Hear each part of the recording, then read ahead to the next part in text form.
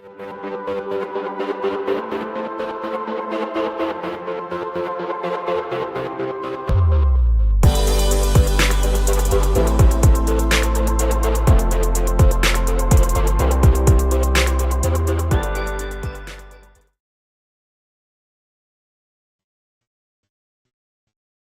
everybody, welcome back to your Donna Jones podcast. I'm Dawn Zoldi, your host and the CEO of P3 Tech Consulting. And we are rounding out an incredible month that we've dedicated to this theme of innovation, sponsored by Carasoft. If you missed any of those episodes, go back and watch them. You can catch them on AUVSI's YouTube channel. You can catch them on the Dawn Zoldi YouTube channel.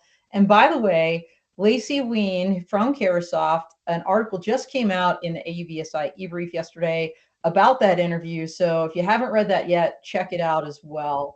But today we have with us a continuation of the Volatus Above and Beyond series. This series is sponsored by Volatus Aerospace across the entire year. And today we have with us Craig Husselby from Synergy Aviation, who I met in Houston, Texas at the Energy Drone Robotics Coalition Summit. So great to have you with us, Craig. Thanks for having me, Don. Yeah, absolutely. So, Craig, I know a little bit about you because now I've heard from you twice, but so many people out there don't. So do you mind telling them a little bit about yourself? Yeah. First of all, thanks very much for having me. I really appreciate the time. So I've my career has been primarily with oil and gas companies for 15 years. So earlier this year, I made the switch over to Synergy, and so like managing the pipeline surveillance and the asset integrity programs that we run.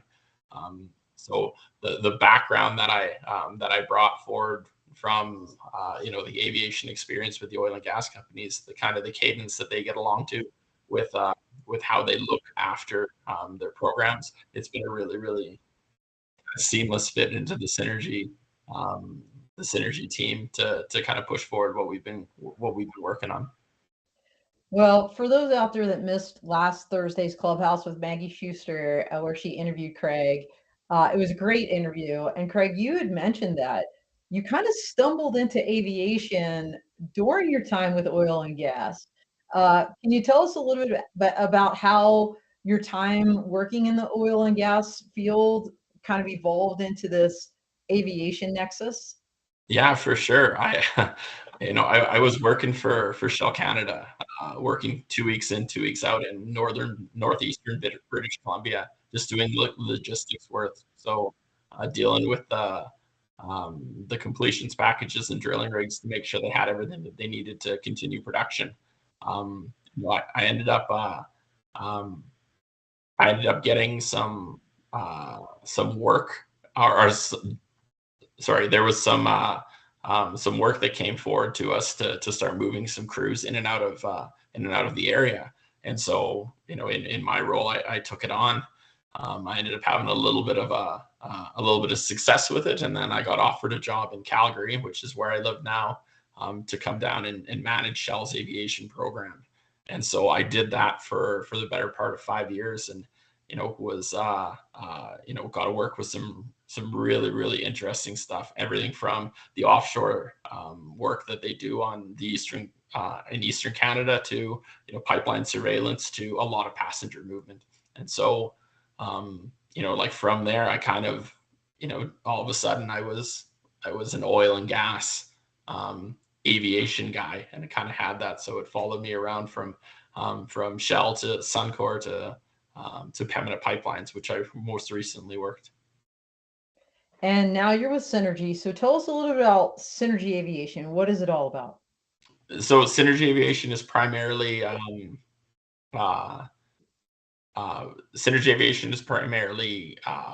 pipeline surveillance company. So the pipeline surveillance that we do would be, like managing that asset integrity for our clients, all the way from the west coast of British Columbia and Canada into the southern parts of Ontario. So on a weekly basis, we cover quite a bit of Canada. Synergy we're expanding into the United States. So starting within the next couple of months, we'll be fully operational. mostly operational in the United States from a fixed wing standpoint for pipeline surveillance. Synergy specializes in that pipeline surveillance with from rotary wing to fixed wing to UAV and drones. So we kind of do it all. Everything's in our basket of tools. So Synergy was founded in 2014. And the focus here, as you said, is on this aerial surveillance with an emphasis on oil and gas and pipeline inspections. For those that aren't really familiar with the need for these pipeline inspections, can you explain how important that is to the O&G folks? Yeah, absolutely. If you think about pipelines, like they're generally they're under the ground. There are some above ground pipelines, but those ones you can physically see and get your eyes on it to see if there's any problems, leaks. Like where with the majority of pipe, it's buried under the ground. And so when we're doing pipeline inspections, we're looking for anything from overgrown vegetation that could potentially affect the integrity underground of the pipeline, to dead spots that could mean that there's a leak present or some kind of an integrity issue underneath the ground. We look for erosion. Third-party activity is a main thing. If you think of a pipeline right of way being about 200 meters long, and it could be in the middle of a farmer's field, it could be in somebody's backyard. If they decide that they're going to go and start digging in that area without fully knowing and understanding the risks that are associated with it, like there could be some fairly significant problems. So the things that we do that are really important is, we provide a wide variety of weekly, monthly, biannually, quarterly, annual inspections of these lines to make sure that the companies have a view of their asset from 500 feet to see if there's any problems with it. And Canada and the United States, a lot of this is directly mandated at either the state or provincial level. And so working in a regulatory atmosphere like that, you need to make sure that, not only the customer is getting what they needed from a regulatory standpoint, but that we're able to offer it and provide them with kind of solutions to anything that they need. Yeah, so you mentioned the term risk, right? What are the risks, if a farmer's out there digging like right over that pipeline, hits it or something? Like, in other words, you mentioned a whole bunch of different scenarios, whether it's overgrown foliage or, where the roots might, get into the pipeline and other things. What are the risks that could occur? What are the ramifications, I guess maybe is the better word, if something like that does actually occur? Yeah, I think like the first thing that would come to anybody's mind would be a spill, right? Any kind of loss of containment of whatever the product is. To kind of frame it, when you think of a pipeline, everybody just thinks of oil. So the pipelines that go under the ground, kind of all over the place, have anywhere from some carry gases, some carry like liquids. They could be that heavy oil crude, but a lot of them actually carry more than one thing. Like they may be transporting crude oil, but within that actual pipeline itself, there's additives that help it flow. There's like methane, propane, ethane that would be present within it. So if you think about the loss of containment of any of those, like we're starting to get into some environmental risk. We're starting to get into some, like risk to actual people and the area around it. And so being able to view these areas, and like I mentioned before, there could be an instance where we're flying over the line and either the technician or the pilot notices a dead piece of grass or a dead piece of vegetation that's out of the ordinary.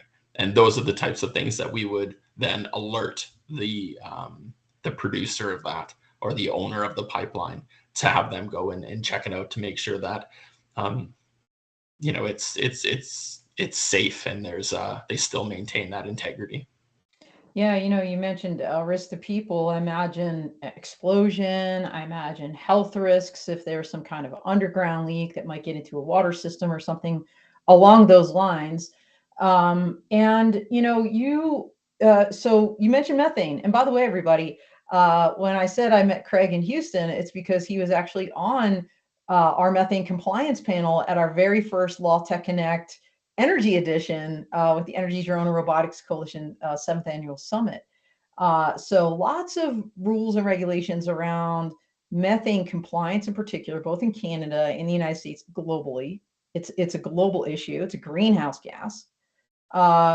So how does Synergy address the methane problem other than, you do these inspections, you said, for pipeline integrity, but what about for, kind of, I know there's a word for this, methane emissions, but that have escaped. Fugitive emissions. Fugitive, thank you. I knew it was like a weird term, like fugitive. So what does Synergy do as part of their portfolio that with regards to fugitive emissions? So one of the things that we do, so while we're operating the pipeline itself, so we have a variety of different programs or kind of a la carte services that we can add to make sure that we're providing those services to our clients. So the first one, obviously, that we have is like HD cameras. Our cameras run 8K. Like the actual views that they have are amazing. Like the pictures that you can get from them, and we're only flying from anywhere from 300 to 600 feet, generally speaking, while we're operating the pipeline. So we're fairly close to the ground. So that's the first kind of area that we have. The second one that we have within our basket would be a 360 camera. So if you think of a 360 camera being like the aircraft or the camera on the aircraft, it takes a picture every 5 seconds. And so you're able to stitch those photos together, and you can look from the bottom of the aircraft, and in the pictures you can see the bottom of the aircraft, but you can get a complete view of everything that's available on the ground, move it. Because of the way that the camera works, you can zoom in extremely well. There's some pictures that we've had where flying over a creek, you can see the fish swimming in the water underneath it. Whoa. It's a super cool piece of technology. And then we go on to like gas leak detection that we operate. So we use the Boreal laser primarily from a rotary or helicopter standpoint. So that would be testing the amounts of gas within the air. And so we can detect up to about 3 or 4 parts per million, depending on the background gas that's in the area. Methane, we were talking about the methane problem. The methane problem, like some of the things that people don't really think about is methane can be produced in a very wide array of areas. So, cattle produce a quite high amount of methane, swamps, dumps, so landfills all create methane. And so it's being able to take the data that we get and separate it from the noise and say, like this is a spike in this area, so it's something to be that we should be looking at. And then we also have thermal cameras that we use as we're going along the pipeline, and any change in temperature is caught quite regularly or quite well from them, and we're able to pick those things up and make sure that again, that if there's anything from an integrity standpoint, that we can make sure that we that we're able to address it and quickly too. Yeah, I mean, obviously key. And I imagine you mentioned some of the aircraft that Synergy uses, traditional aviation, fixed wing, piloted aircraft, as well as rotary wing or helicopters, and eventually migrated and added UAVs into the repertoire there. What are some of the challenges? You're talking about low-level flights. I imagine some of the environments might be difficult to maneuver through. Can you kind of walk us through some of that? Yeah, for sure. So we have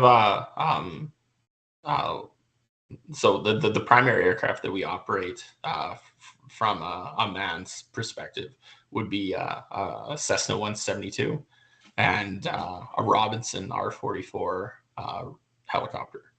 And so both of these aircraft are used fairly commonly within the surveillance methods. With any helicopter, you have to worry about weather conditions. So high winds, extreme cold, like those things are definitely affect them. Like, to be honest with you, like with my background working for oil and gas companies, the things that you kind of got to get across from them in both ways is, well, what an aviation company is doing is considered high risk work, low level flying, in a lot of cases, single engine aircraft. Like there can be a large amount of risk to that. Now, the risk when you take it into account, with what the deliverable is out of it, like you can mitigate a lot of those things. At Synergy, we operate with 2 pilots to make sure that there's always that kind of fail safe for it. Like making sure that we fly within the minimums and, like hit those targets that are not just the minimum standards for it, but like higher industry standards to make sure that that we can support it. And then like over the past probably 3 or 4 years that has really come into our area within oil and gas is the use of drones. So we're able to use them, especially in situations where it may be too tight. You may have to fly too low. There may be some other problems that you would have for them. A drone is an excellent chassis to use in those situations to make sure that you can get what you need out of it. Well, that's a great segue to this question then. You've got these 3 different kinds of aircraft. Which ones lend themselves to which kind of missions? Because you mentioned, the different surveillance missions, pipeline integrity monitoring. You guys do specialized geomatics, all kinds of things. Is there one particular thing that lends itself more to, the helicopter is usually the way to go here, whereas the drone or the UAV is ideal for this scenario? Yeah, so when it comes to the use of the Boreal laser for gas leak detection, it's definitely something that is best suited for a helicopter. Is it because it's so big or something, or heavy? It is. So the size of it, our development team has been looking at trying to shrink it down to get into that area where you can use it. But it's just with the entire chassis that would be required for it. I mean, it can't be used from a fixed wing standpoint, and so it lends itself to being used by a rotary aircraft fairly well. When it comes to missions that are better off for the drone, we do a lot of the geomatics works, LiDAR, site mapping, orthomosaic mapping, things like that from the LiDAR or from the drones. They really lend themselves to it. They're maneuverable, low cost to operate. You don't have to worry about gas and like making sure that those types of things. So we do have a fleet of drones that we use for those areas. We also have them equipped with thermal cameras for those kind of spot jobs that we would have where like sending out a helicopter probably isn't just necessary. So it's about choosing the right chassis for the right job. A lot of the longer lines that we do. So like I said, on a weekly basis, we go like straight across Western Canada for it. And those jobs are primarily done by fixed wing aircraft. They're a lot cheaper to operate. You can get the same job done with them. When it comes to more of our like gathering systems that we have, the more spiderweb approaches to it, then that's where the rotary aircraft comes into play. I love how, this is Innovation Month, and I love how Synergy has incorporated UAVs into their kind of their skill set and their, aircraft fleet, because I think it was you, Craig, that mentioned in Clubhouse, oil and gas is a very conservative group of folks, right? I mean, it's a very conservative area, and probably rightfully so, because this is serious stuff. There are, dangers that can occur if you don't do things correctly. And oftentimes when people have a background in general aviation, they're very reluctant to add UAVs or to be involved with UAVs. And so I think it's great that Synergy has innovated and added this to the repertoire, because not everybody has, quite frankly, Yeah. right, Craig? I mean, you were there walking the floor. I was surprised a little bit, because I had this idea that, O&G, they're the early adopters. And I would say some of them are. And I think they're doing really well, the ones that have embraced drone technology, and not just kind of stuck with, this is how we always have done it. But I don't know if you got this vibe, Craig, but the vibe I got from people were ground robots are the way to go. Maritime vehicles, to the extent something's underwater. Why? Because we don't have beyond visual line of sight regulations that get us where we need to go to have a full up scalable program. I don't know if you kind of saw that as you were walking around EDRC, but that was kind of the vibe that I got this year. Yeah, absolutely. It's such an interesting area that it's in, because, like you said, like I really view oil and gas as being a very conservative industry. Like there's a lot of things that happen within oil and gas. That's the development of it. That's how it's happened. And then you also look at the aviation companies, and a lot of the aviation companies look at drones a little bit wary. A lot of it is, like the capabilities that they have, but it's also the capabilities that they don't yet have that kind of have them shy away. Like they don't have the range, they don't have the lift, they don't have the kind of that feeling that you would get from having somebody in the actual cockpit to make those decisions rather than on the ground, like not directly involved. And so I find it super interesting when I'm going through and talking to the different people in the industry, and who kind of is getting behind it and who is still a little bit skittish about the approach of it. Now, in saying that, like I, even going back 5 or 6 years, I remember talking to colleagues and saying, like, this is the next step to it. This is where we're going, right? And every time that, like at these conferences, like when we were in Houston, you could see that, they're right there, right? Like we're on the preface of something getting a lot bigger from that. Now, in saying that, like last year, Synergy flew, I think it was 1.2 million miles of pipe, pipeline right away inspection from Wow. it. And I don't think that that's going to be replaced anytime soon with it, just in the mass scale of things. But with some of the products that are out there, Volatus has the air report, like to have that drone in a box solution that they can deploy in certain areas for standard repeatable work. Like Well, not only that's going to that, be, but you know what I was impressed about? First of all, the whole thing is impressive that their engineers created this thing very specifically for Canada's environment. Like, yeah, it's freezing up there. There were very, very specific operational requirements based on the environment that they tailored this air report for, that others, there is really no equivalent. So I thought that was really interesting when I think I was talking to the crew there at AVSI Exponential, that, they usually bring one of those out, and that's when I learned a little bit more about it. And Dean Attridge was also on this show back in January, talking a little bit about the air report and some of the other assets that Volatus has in there. I think they're calling it now the Volatus Sphere. yeah, But that's a great maybe way to pivot into this question then, Craig, because what kind of drones, if you're at liberty to tell us, what kind of drones are you using? There's uh, I saw so many different ones on the floor, brand new ones, the people had just designed at EDRC, that one that like pivots on every angle. It was wild. To like, it had a little bumper on it too, for like going around the pipes and being inside and all kinds of things.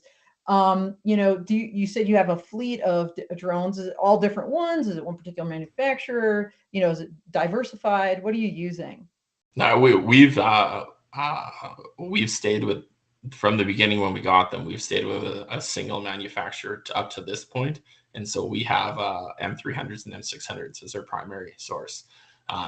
Now, one of the things that being Canadian, we don't have a problem with we don't have a lot of pushback in using like Chinese manufactured drones in that way. So that's what we've used so far. Now, in saying that, as Synergy is part of the Volatus sphere, like we've been able to kind of tag on to some of the stuff that Synergy has done with some of their pilots and the different aspects that they have for it, and they've been using other aircraft for that kind of like for those aspects. The thing that's really interesting to me, and what I'm always amazed about, is you go and you see the envelope is being pushed in all the different directions, like you were saying. And like there was even a company that I spoke to when we were in Houston, and they're taking our 400s, which we operate from a manned perspective, hollowing them out and using them as drones, right? Like it's a full-sized helicopter that is now turned into a drone for those Whoa. purposes. And Is this in like Canada, or are they doing that in the US? Because good luck getting those approvals. yeah, so they're in the Northeast United States. Whoa. Okay. And so that being the next kind of step to that, it just looks at it, it blows my mind. No, look, the military's been doing this forever, right? They convert a lot of older aircraft and just they call them drones, right? Because they use them literally for target practice. They'll fly those giant things remotely and then just blow them up with one of their, F-15s or something like that. But you're right. It's possible we're going to see larger and larger aircraft that are going to be uncrewed. That is, the next wave, I think. And so stay tuned for that. But from an innovation standpoint, you guys are doing so many different innovative things. What would you say when it comes to these pipeline inspections is maybe the most innovative thing that Synergy is bringing to the table? We do a lot of work with our like with slope susceptibility, and so like movements in slope, like really any kind of terrain that you can imagine pipelines go through. There's different areas that have are more susceptible to to movements in the earth, and so through our slope susceptibility program, we started using publicly available maps from the Alberta regulator, overlaying them into areas where they determined to be high risk. We take those maps that they provide, overlay our clients' pipelines onto them, and then we're able to go and show them areas where we would consider that they would be high risk. Now, from that standpoint, to ensure the the stability of them, we're able to go out and perform LiDAR and orthomosaic work on it to see if there's any movement in the ground. And so that kind of work can show them if there's going to be a landslide, if there's movement that they need to address. There's been some that, we've noticed erosion around plants, and, like the footings of the plants are, like fairly solid, but, like that movement in the earth is like could have a fairly drastic impact on the way that they operate. And so doing things like that, we're able to provide our clients with, like more of a proactive look at what they're actually doing. Back in, going back to the pipeline surveillance, a lot of that is very reactionary. We're reacting to things that have already happened. This is a way that we can kind of be on that front foot to look at it and say, here's problems that potentially could happen that you can mitigate before they happen, so that in 2 years, 3 years, they aren't a serious problem that could affect the integrity of the actual pipeline itself. Well, as they say, an ounce of prevention is worth a pound of cure. And I imagine, that kind of technology and analysis transfers into other industries as well. Construction comes to mind, engineering, departments of transportation. I mean, heck, I live in Colorado, and up I-70 on the way to, to the mountains, where everybody goes skiing, there's always rock slides. They're always closing down that one little highway, and that's like almost the only way to get there, right? At least right now, till we get eVTOL and advanced air mobility. That's like someday. But that's amazing. The preventive aspect of what you're doing. It's not only saving money, but what a safety thing that you're doing there. That's incredible. So I want to talk about what's new. You've got a lot going on. Synergy's been around since 2014. You guys have, flown millions and millions of miles of pipelines every year up in Canada. Drum roll, please. Big announcement. So I hear there might be a move in the future. Yeah, we're starting to stretch out into the United States, and so we have a customer that we're going to be working for that will start operations at some point in August, hopefully, depending on all the approvals and contracts and things like that. And then that's kind of the next step. It's like we think that we have a very special way to kind of communicate our data to our clients. So we have an online platform called AIRS, and it houses everything that we could possibly have, from the maps, the pipelines, the patrol reports, all of our pictures, the 360 imaging that we do, any LiDAR is all contained within that. And it's something that we, in our market research and looking, and from my personal experience in dealing with it from the other side and seeing the companies that operate, that just not very, there's no other company that can kind of compete with that. And so, with the changes that are happening within, within the United States, I think that the integrity aspect and the asset integrity is becoming a lot more of the forefront on it.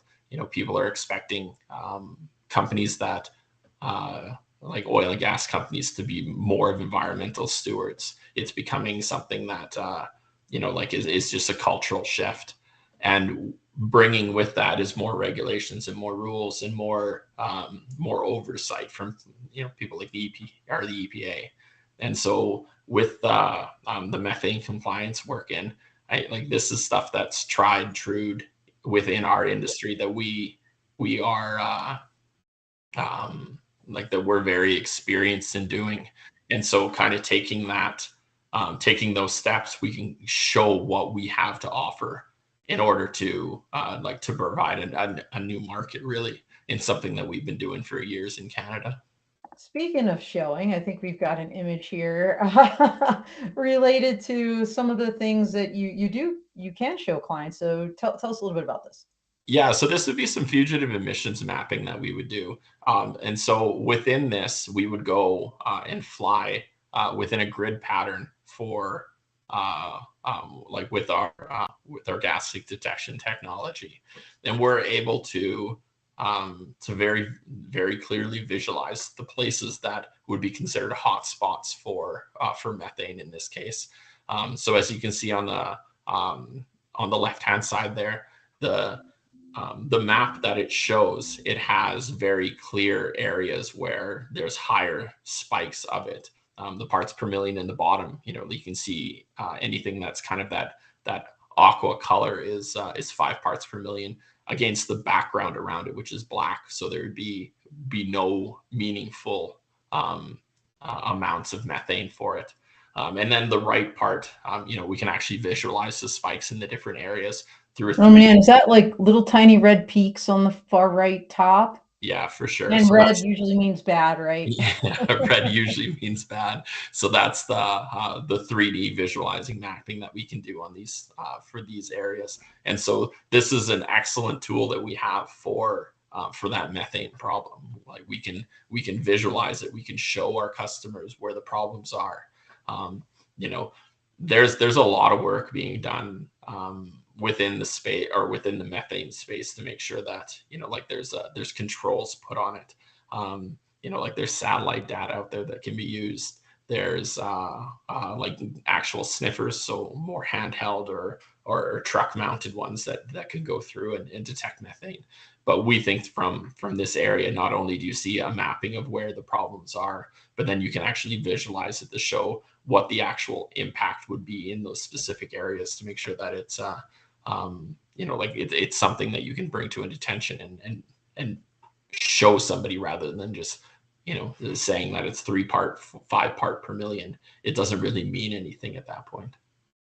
Well, and as you said, there's a little bit of a sea change when it comes to the regulations. The current administration is pushing through some new ones. We talked about it on your panel. I've learned a lot, honestly, from not only you but your colleagues that were on that panel. This idea of third-party reporting to the EPA, that's new, everybody. That's big. Like anybody could report now a potential leak or problem to the EPA that then has to be addressed. Is anything like that happening in Canada, or are you seeing kind of a little bit more of a push coming forward here in the US for that kind of compliance? The compliance part is happening in Canada. So there's a couple different agencies that we deal with. Yeah.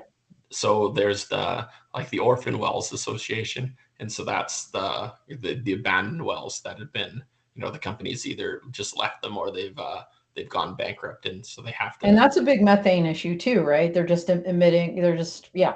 Absolutely. And so like doing work for them to try to work on the abandonment of them. But in the States, I think that there's um, the drive is coming from the federal level, where in Canada, like outside the provincial movements, it's not as big of an issue. The federal government in Canada offered quite a bit of money a few years ago. It was during COVID times, to work on, like the abandonment of them, but the identifying of methane and things like that haven't been really brought to the forefront. Where in the situation that we're talking about in the United States, like being able to walk down the pipeline right away, that's technically on your property, that, like they just have the lease to, and have a handheld detector and find methane and then be able to report it is something that we don't experience, and have it be actionable at that point. And so, like I think you phrased it really, really well in the panel that we did. It really is the methane problem, and from more than one aspect, not only from, like community stewardship and being a responsible and respectful company within the area, but then also from the outside pressures that are coming in to make sure that it's addressed properly. Yeah, Craig, because people that are not in the ONG industry may not appreciate there are a number of third-party nonprofit watchdogs, if you will, Yeah. that solely exist to track methane emissions. I know one of them actually put up a satellite or two for that very reason, and they have a public website like, oh, look at what's happening over here, and that gives added pressure. But no, it's interesting times. I think it's a great use of this technology. You guys are obviously experts in it and been doing it for a while. It's exciting that you're coming to the United States. And speaking of which, we're obviously here in the US. So when might we be able to see you in person again? You were just at the energy drone thing in Houston. Do you have any kind of upcoming events where folks might be able to meet you in person? There's an asset integrity show in, I think it's the first week in September. It's the same week as the drone conference in Vegas. So I won't be at the drone conference in Vegas, but we'll be down in at the asset integrity show in Houston to and the pipeline management to talk a little bit more about our products down there. So that's kind of the next step. And you can always reach out to me on LinkedIn or LinkedIn, or just even send me an email. Yeah, absolutely. And so what do we miss, Craig? Is there anything else you wanted to kind of cover before we get towards the end of the show? We've got about 5 minutes left. Yeah, I mean, we have like some of the stuff that we're looking at from a drone perspective is really interesting to me and really exciting. Like walking around the show in Houston, you see the different applications that they have, and these, like, not only the tools that are available or the actual drones itself that are available, but the applications that they're using them for. We've had conversations in the last little while with companies that are doing tank measurements through a drone, and it just presses up against the side of it, and this releases like a sound wave and able to tell tank thickness. There's and I imagine that could, I don't know. I imagine that could apply to pipes with the right technology somehow, because you're talking about the integrity, and it's when it erodes that is the problem, right? Yeah, the problem with that is generally they're underground, so it's Underground, so they you have to be like some miner, the yeah, underminer. I just, everybody out there developing technology, create the underminer. yeah. There you go. The really interesting one we saw is there's some magnetromic work that's going on to like with depth of cover. Like it goes within our slope susceptibility programs where you can add that second layer to it rather than just looking at what the ground is doing from the top from the LiDAR based data that you have, but then developing the depth of cover of the area to go, if there was a landslide, this is what it would look like. You can do bend strain analysis to test the stress on the actual pipe itself. And so here's one I'll throw out at you. We actually had Dr. Jack Elston from Black Swift Technologies. They're out of Boulder, Colorado. And they created a soil moisture sensor that helps, detect soil moisture and relevant to erosion and things of this nature. So if you guys want to get connected, I'd love to introduce you. But and they also have a methane sensor for drones. Yeah, well, they worked with another company, and they're pushing into this methane sensor. They have the S2 drone that is built for like very kind of high, what's the word I'm looking for? High risk, crazy beyond visual line of sight operations. They've been operating in the Arctic and over volcanoes and in tornadoes, all kinds of things. So they've done extreme beyond visual line of sight, and have now added these really cool sensors too. So I don't think Jack didn't make it to Houston, but I know he wanted to. He was out doing something, probably in the wild somewhere. Yeah, that's the stuff that it's where we're going. It's the direction that this industry is heading, and it's super exciting to see. It is. All right, with our couple minutes left, is there any? Do you have any closing thoughts, Craig, that you want to leave with the audience?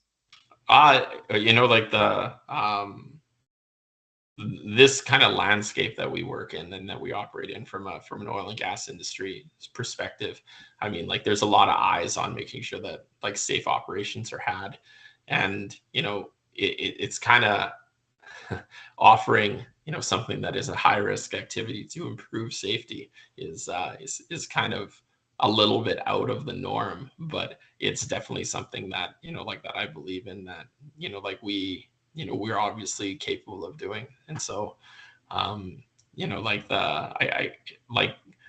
slide at the beginning of it says it's this, the sky is not the limit, it's where we get started, right? That's the point to it. So thank you for having me. I really appreciate it. Yeah, absolutely. And Craig, as you think about, one of the challenges for the entire drone industry, it's, still is public acceptance is up there on that list.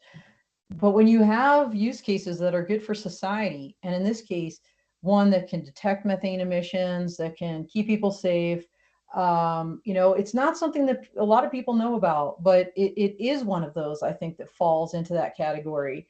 And so really important. I'm honored to be able to talk to you today and tell this story. I hope people, outside of our own industry watch it and can better appreciate the value that synergy, that drones and other forms of aviation are bringing every day to their lives. So thank you so much. And I guess that's all she wrote. So everybody, we are out here.